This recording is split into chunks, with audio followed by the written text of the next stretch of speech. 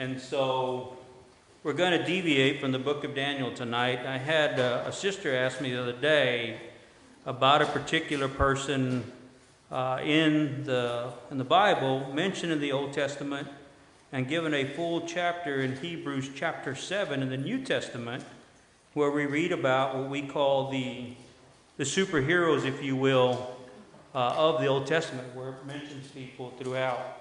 And so, not Abraham, but Melchizedek. Who is Melchizedek? And so he's mentioned only in 3 books, and not a lot on Melchizedek. Even though he lived in the Old Testament, there's more about him in the New Testament than we find in the Old Testament. And so tonight what we're going to take a look into a little bit is who Melchizedek is and why he's so important in the Bible. Before we get to Melchizedek, I wanted to read with you a little bit about Abraham, as we know that Abraham is the father. They refer to him as Father Abraham, and God blessed him richly. So in Genesis chapter 12, in verses 1 through 3, I want to read a little bit about Abraham.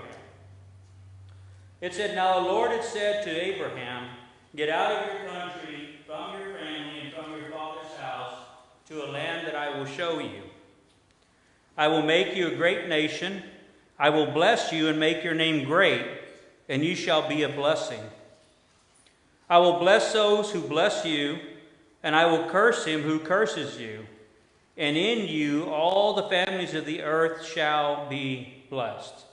Now I wanted to read a little bit about Abraham and how God had chosen him, and how God said that he's going to bless him, make him a great nation, and that anybody who blesses Abraham, he's going to bless them as well. But anybody who goes against Abraham, then he's also going to dole out the punishment there for those who go against Abraham. So we know Abraham is selected as a very important person by God in the Scriptures. Then we get over to Genesis chapter 14, and we start to read about Melchizedek. And there's a reason that I read to you just a little bit about Abraham before we get into Melchizedek. So Genesis chapter 14, and beginning there in verse 14, is where we're going to start to see a little bit about Melchizedek. So what has happened here with Abraham, or Abram, is that him and Lot have separated at this point. They became too rich, if you will. Their servants were starting to have problems with each other, and so Abraham asked Lot to choose which direction he would go. And so Lot chose, and then Abraham chose. And so Lot was living a life pretty much away from Abraham. And at some point, the kings in that area rose up against some people. And Lot was one of those people that was taken into captivity. And so Lot gets taken into captivity. And then some men that escaped go back and tell Abraham what has happened to Lot. That's his nephew. And so Abraham gathers his men and rallies with the other men around him that support him, and they go out and they kill all the men that have come and taken Lot and kill some other people. So Abraham and his allies go out and they do what they have to do, and we read about it here in Genesis chapter 14, beginning in 14. It said, "Now when Abram heard that his brother was taken captive, he armed his 318 trained servants who were born in his own house, and went in pursuit as far as Dan.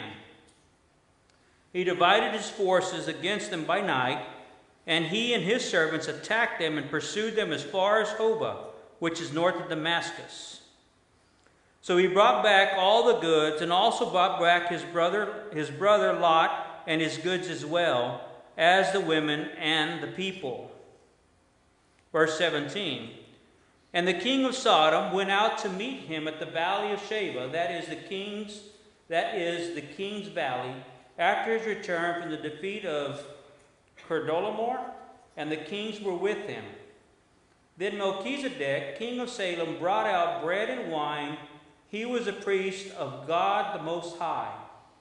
And he, Melchizedek, blessed him, Abraham, and said, Blessed be Abraham of God Most High, possessor of heaven and earth."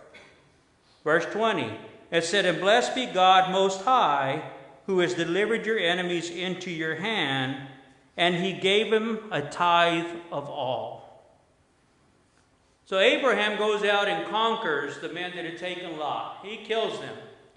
And as he gets back to a particular place, Melchizedek, it says the priest went out to bless him, and Melchizedek blesses him. And what's interesting about this is when you take a look at verse 20, there at the very end, highlighted in blue and underlined, it says, and he gave him a tithe of all. So Abraham is God's chosen man. We read that in Genesis chapter 12, how God found favor in him and said, I'm going to make you a great nation. I'm going to bless everybody who blesses you. You'll have family, children like unknown, right? We know what Abraham is. Why? Because Abraham had faith. And because of his faith, he was counted as righteousness. That was pointing to the New Testament and the new covenant that was going to be established through Jesus Christ. Right? So why is it that Abraham, being God's selected man, being a great man, why is it that Abraham gave Melchizedek a tenth of what it was that he got from the spoils of that victory? And that's the question here. If Abraham is God's chosen man, if he's found that favor with God, then why would Abraham in turn give this Melchizedek a tenth of everything that he had received? Right? Why did he tithe to Melchizedek? And that's the question. And that's where this kind of comes up. And then you read about it a lot more in Hebrews chapter 7, and we'll get there, but we're going to continue to take a look at Melchizedek just a little bit more. And there's a question that I have for you. Why did Abraham bless someone else? Melchizedek in the Bible is found in Genesis chapter 14. Psalms, there's one verse on him in Psalms chapter 110 and verse 4. And then in Hebrews chapter 6, verse 20, his name is mentioned. And then just about all of Hebrews chapter 7 is in reference to Melchizedek. Okay, so he's only mentioned in 3 different places in the Bible. We get more information about him in the New Testament, even though he lived in the Old Testament. Any questions or comments at this point? Okay. Psalms 110 and verse 4 reads this: The Lord is sworn and will not relent. You are a priest forever, according to the order of Melchizedek. Who's this prophecy about? Jesus. About Jesus, right? So here it is. The Lord is sworn and he will not relent. The Lord has sworn that Jesus will be a priest forever, and it says he will not relent. So God can't go back on whatever it is that he said. God is not a liar. If God promises something, he's going to carry it through. So here he is talking about Jesus and a prophecy, and according to the order of Melchizedek.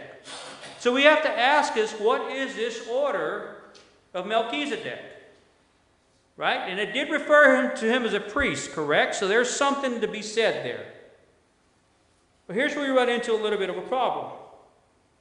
When were the Levites and or the priests, the lineage of Aaron, set up as priests? During the establishment of the tabernacle. So about 2 books over, right? So that means right now it hasn't even happened yet. Nothing's happened at this point. Yeah. And he has the prophecy of the priesthood as well. Yeah. So we don't read about the Levites, Aaron. We get part of it in Exodus, Numbers, Leviticus is where that's starting to be established, right? And so at this particular point, there is no priesthood. But yet Melchizedek is referred to as a priest of the Most High. That should catch our interest as well, right?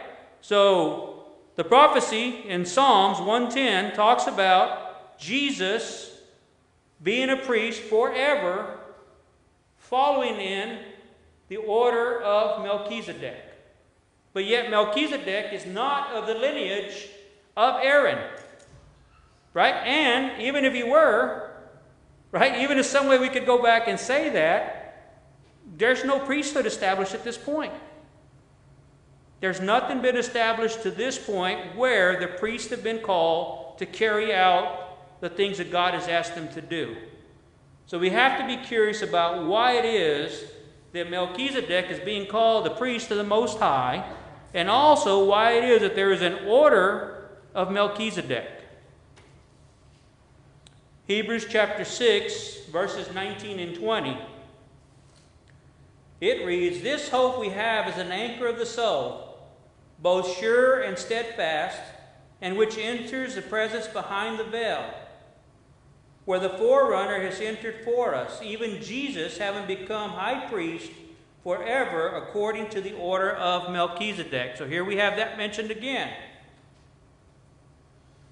Let's talk a little bit about Melchizedek as we start to find out more information about him in Hebrews chapter 7. So if you're in your Bibles, if you will, now turn over to Hebrews chapter 7, and we're going to go into a little bit more detail about Melchizedek, who he is, and why it is that he's so important to the Scriptures. Melchizedek is translated as King of Salem, or he's called King of Salem in Hebrews chapter 7, which means King of Peace. Salem is also known as Jerusalem, so he's also King of Jerusalem. King of Peace, King of Jerusalem. Melchizedek, the name, is actually translated to read King of Righteousness. Okay, so what's interesting about that? Who's righteous? Not one, right? The Scriptures tell us that there's not a single person that is righteous other than Christ, as you had mentioned, BJ. But yet the name translates to King of Peace and King of Righteousness. The other thing that's interesting about this is that Melchizedek, unlike the other priests in Aaron's lineage that are called out to serve, the Levites, they are only priests. Melchizedek is both king and priest. That ring a bell with anybody else? Think about that for a little bit. Melchizedek is both king and priest. The priests of the lineage of Aaron are only priests. They are not kings. And then in Genesis 14 and 18, it refers to him as priest of the Most High God. This is just an idea of what Melchizedek's name means and how it's translated and how that's important to why he is so important in the Bible. And why it is that he got a whole chapter in Hebrews chapter 7 and referring to him. Prince of Peace, Isaiah chapter 9 and verse 6 reads, "For unto us a child is born, unto us a son is given, and the government will be upon his shoulder, and his name will be called Wonderful Counselor, Mighty God, Everlasting Father, Prince of Peace." Again, who are we referring to here? Christ, referring to Jesus, right? Pointing forward to who he's going to be. So Melchizedek is called the King of Peace, and we know that Jesus is the Prince of Peace. So we've got a similarity that's starting to come up there. King of Righteousness. In Romans chapter 3 and verse 10, it says, "As it is written, there is none righteous, no, not one." So we know that the only one that has ever been righteous, that has been completely pure, that has been worthy for the calling of God is Jesus Christ. But yet this Melchizedek, who we know very little about at this point, is referred to as the King of Righteousness as well, or the Prince of Righteousness. And then in Genesis chapter 14 and verse 18, Abraham and Melchizedek. This said, "Then Melchizedek, king of Salem, brought out bread and wine. He was the priest of God Most High." And this one again is interesting, right? Because how is he a priest if that actual establishment is not taking place at this point? But here's what's interesting also. What did he bless him with? How did Melchizedek bless Abraham? He acknowledged that God was with him. Knowledge of God was with him. And then what do we have up there that's kind of interesting as well? What did he bless him with? It said he brought what with him? Bought bread and wine with him. Why is that significant? Because he's breaking bread. Got the establishment, right? It kind of looks like the establishment of the Lord's Supper here. And so here, you have Abraham, who is called by God, who's a great man, who is pointing forward towards a new covenant by believing in faith, and because of it, he was found righteous, right? Which is completely different than what we had prior to this. He's found righteous, and Melchizedek, when he comes to bless him, brings bread and wine. Again, foreshadowing of what's going to come. So we start to see that this Melchizedek is starting to look a lot like Jesus in the New Testament. Hebrews chapter 7, 7 and 3a. Let me go ahead and go back and read beginning in Hebrews chapter 7, verse 1. Hebrews chapter 7, verse 1 reads, For this Melchizedek, king of Salem, priest of the Most High God, who met Abraham returning from the slaughter of the kings, and blessed him. Verse 2, to whom also Abraham gave a tenth part of all, first being translated King of Righteousness, and then also King of Salem, meaning King of Peace. Verse 3, without father, without mother, without genealogy, having neither beginning of days nor end of life, but made like the Son of God, remains a priest continually. Without father, without mother, without genealogy. Why is the genealogy part important? Why is it that it's indicated here that he has no mother and he has no father, and the genealogy is not there either? What's important about that when we think about Jews in the Old Testament? It's all about descendants. Genealogy is everything to them. Yeah, genealogy is everything to the Jews, right? And so when you take a look at Aaron and the Levites, when they're appointed to be the priests, you actually had to make sure that you were of that lineage in order to serve. None of the other tribes, none of the other people at that time could serve in that capacity. So the genealogy and the lineage is extremely important, which is why when you take a look at Luke chapter 3 and Matthew chapter 1, you see that both of them are focusing on the lineage of Christ and putting that out there, right? And what happened in AD 70? It kind of threw everything off for the Jews. Jerusalem destroyed, and all the records had been destroyed. And I forget who it was. Somebody told me that they'd taken a trip to Jerusalem and were riding around in a vehicle in a taxi with one of the gentlemen, and he said, do you know what tribe you're from? He said, oh yeah. He said, I'm from this tribe. He said, are you sure? Oh yeah, I'm sure of it. He goes, how did you prove that? Well, it's just well known, right? So he wanted to make sure that his family name was tied into a particular tribe there in Jerusalem. He wanted to make sure that his lineage was looked at as something that's extremely important. So, do we know that Melchizedek had no mother and no father? Right? We only read of one immaculate conception that took place, and that's Christ in the New Testament. So Melchizedek, it's not that he didn't have a father or mother. It's that in the Scriptures we have no indication of his father or of his mother or any other genealogy as to who he is. He shows up, and he's there. Starting in Genesis chapter 14. And we read that he's a priest of the Most High. And he blesses a great man, Abraham, whereas maybe Melchizedek should have blessed Abraham. I mean, Abraham should have blessed Melchizedek, right? Because Abraham is the man chosen by God. So you would think it would be the other way around. That Abraham, because he's been chosen by God and told, I will bless you, I will make a great nation of you. Anybody who blesses you, I will bless them as well. Anybody who goes against you, I'll destroy them. Right? I'll take it up with them.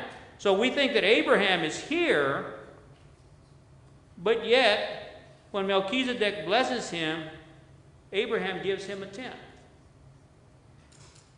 And yet we don't know anything about the genealogy, which is extremely important. You know, not at this particular point, but it's going to be extremely important down the way. But he has no father and he has no mother. And we know that Jesus has a father and a mother here earthly, But in a spiritual sense, he has no father, no mother. He has always been.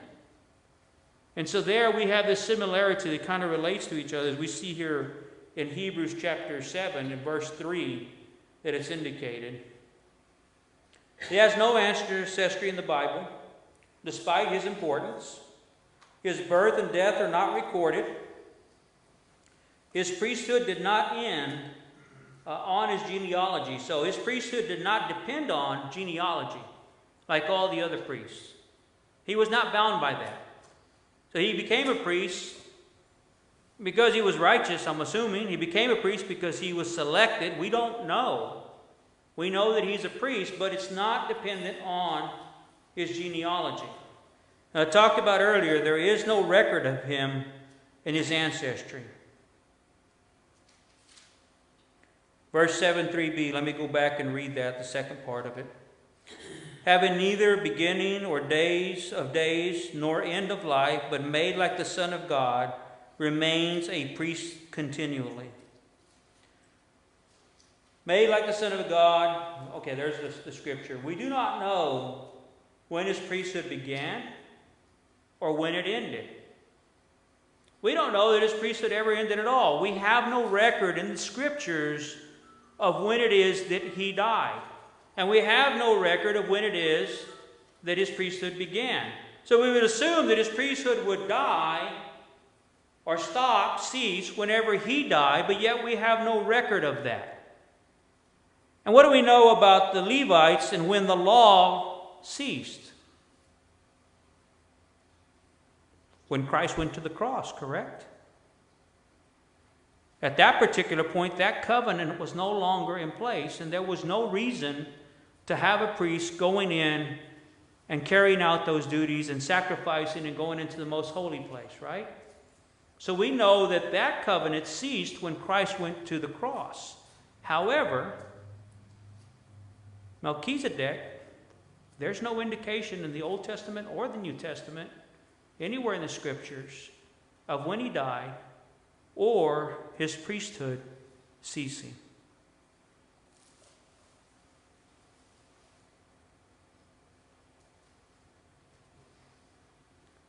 Hebrews chapter 7, verses 11 through 13.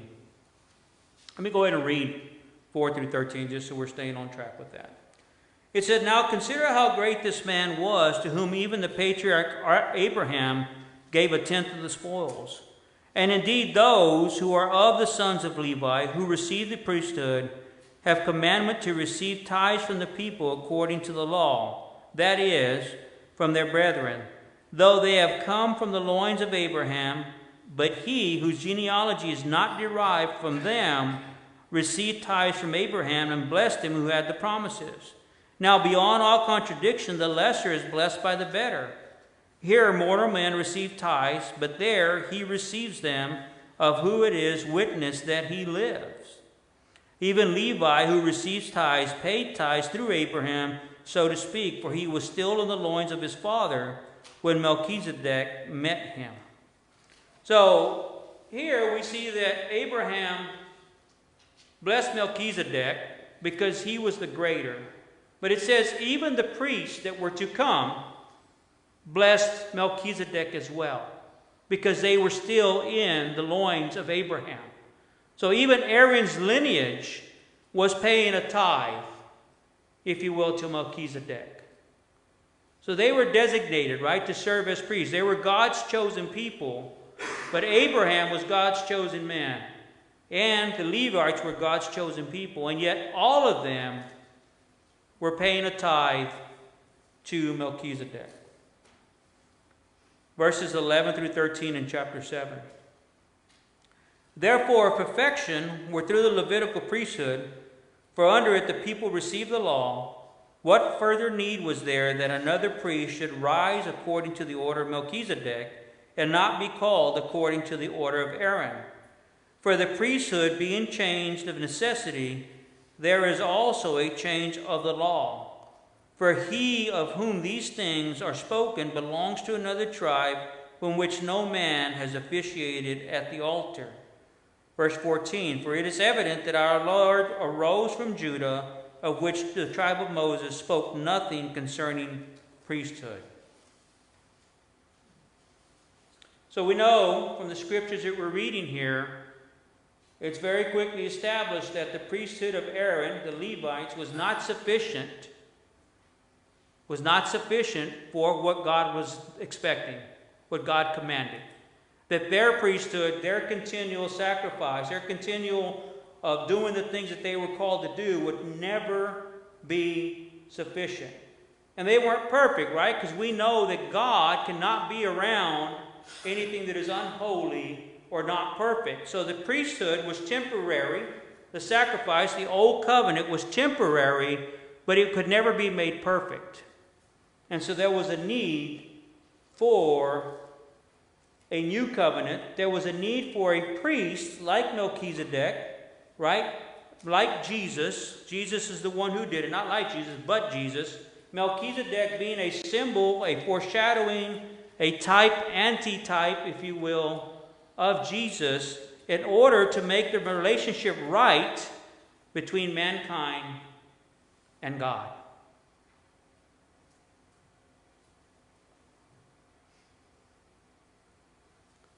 Hebrews 7:14, the law does not provide for the tribe of Judah to serve as priests. And so, why this is important? Melchizedek, we don't have the lineage, but yet he's called a priest. Talked about that many times already. But then Jesus comes, and Jesus also is called a priest forever. That no sacrifices had to be made over and over again. He came to abolish the law, right, to die so that the law would be perfected, it would be complete in him. But yet, he was a tribe of Judah.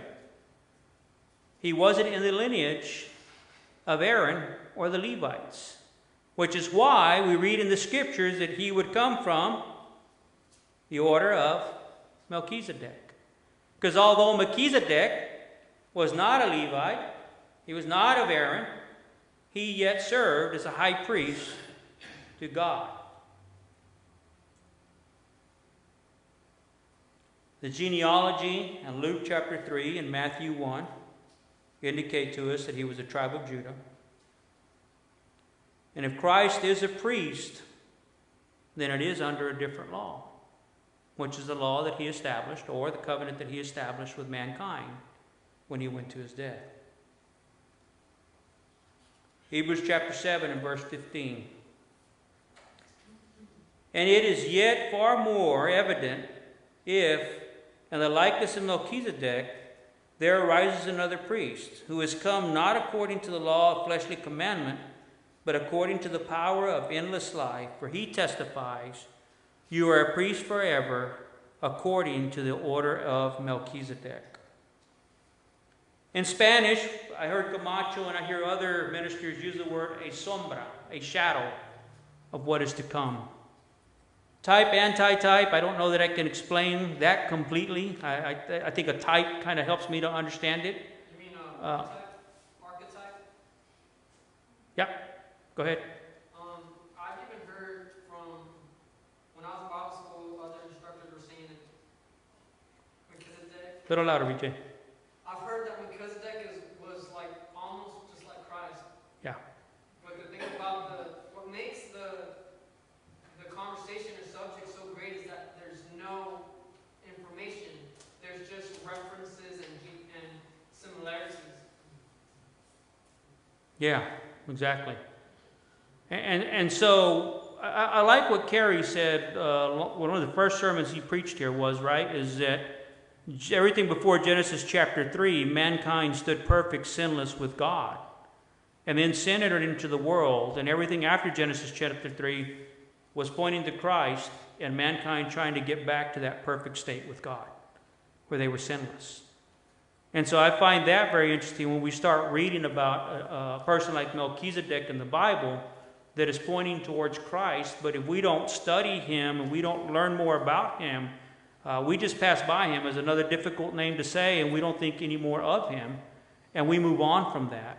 And so we need to take the time when somebody like this really stands out, especially in Hebrews, when he's given almost a full chapter, to take the time to come back and take a look at it, especially when it says that Christ will be a king or a priest of the order of Melchizedek. That should catch all our attention to want to go back and look at this a little bit more. Any questions or comments? I would also say, because of genealogies, when we study them and follow them, it proves that God keeps His promises. And it also, when we follow the genealogy of Christ, there's no way you can break that faith, because that's proof. Thank you, BJ. And I got this down there at the bottom, like John the Baptist, right? Melchizedek is pointing to one that is greater than he. Melchizedek is pointing to somebody that will be far superior to him, much like when John the Baptist was preaching about. First, in the Gospel of John, first chapter, first 5 verses. In the beginning was the Word. Now, that word in the beginning was not physical. That word was spiritual. Yes, sir.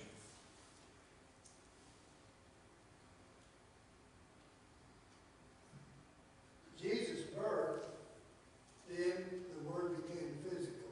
Yes. I think we're playing on names here mostly. During the physical life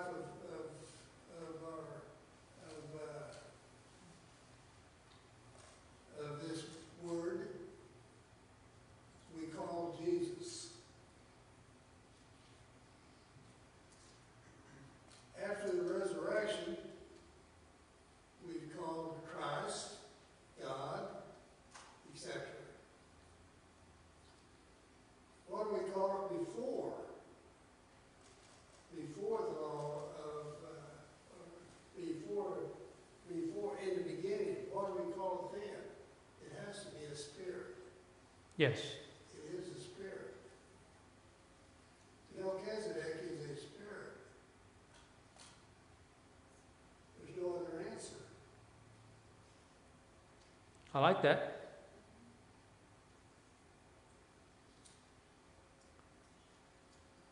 We don't know. We do not know. We will never know on this earth the order of Melchizedek. Right.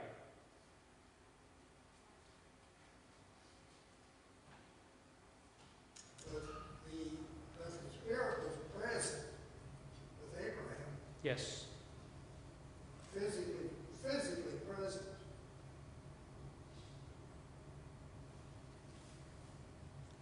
I like that.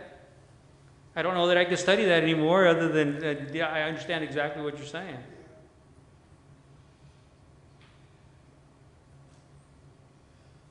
Thank you for that, brother. Hebrews chapter 7 and verse 16 refers to a fleshly commandment. It has an end. It's not eternal, which was the law. It would have to end. Priests were based on a human genealogy. They were priests but not kings.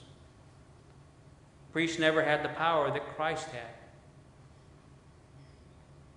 And Christ died, sorry about the typo, once, but lives forever.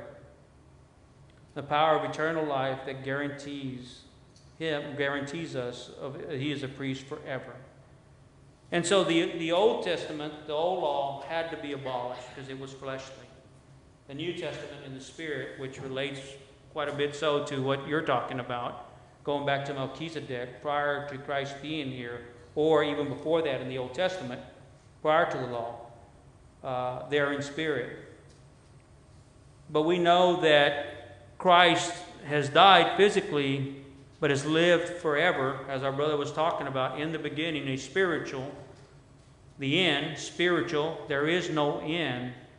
And what we get from the scriptures of Melchizedek's ancestry, Melchizedek's beginning and ending, and his priesthood, we also see that there's no end.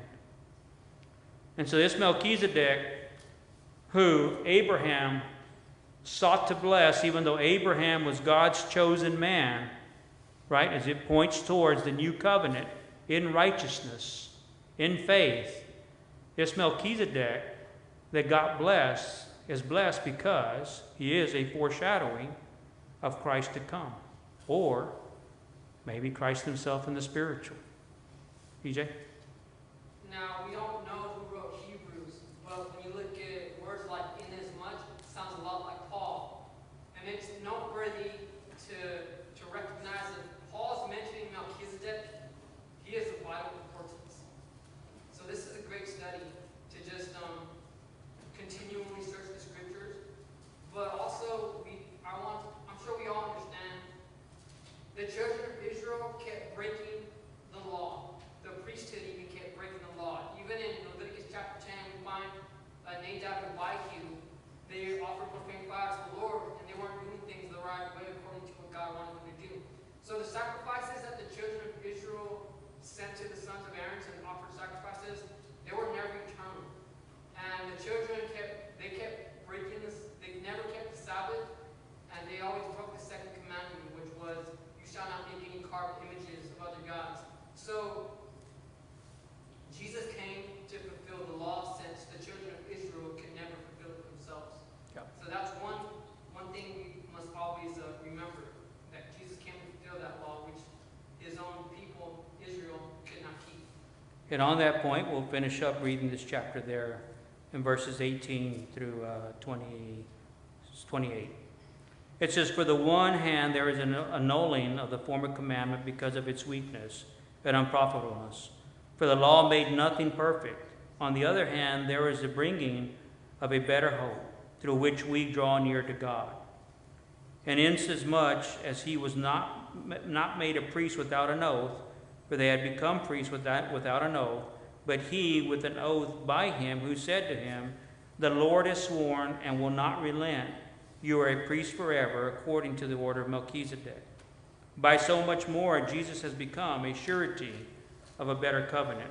Verse 23. "Also there were many priests, because they were prevented by death from continuing. But he, because he continues forever, has an unchangeable priesthood. Therefore he is also able to save the uttermost those who come to God through him, since he always lives to make intercession for them. For such a high priest was fitting for us, who is holy, harmless, undefiled, separate from sinners, and has become higher than the heavens." Verse 27. "Who does not need daily, as those high priests, to offer up sacrifice, first for his own sins, and then for the people's. For this he did once for all, when he offered up himself. For the law appoints as high priests men who have weakness, but the word of the oath, which came after the law, appoints the Son, who has been perfected forever." Any questions, comments, corrections? I'm okay with corrections, but it's not an easy study when you take a look at Melchizedek. And we've got some information, but not a lot here to figure out who he is and why it is that he gets almost a full chapter, if you will, of the Hall of Fame of the old people of the men and women that are mentioned in the Old Testament here in Hebrews.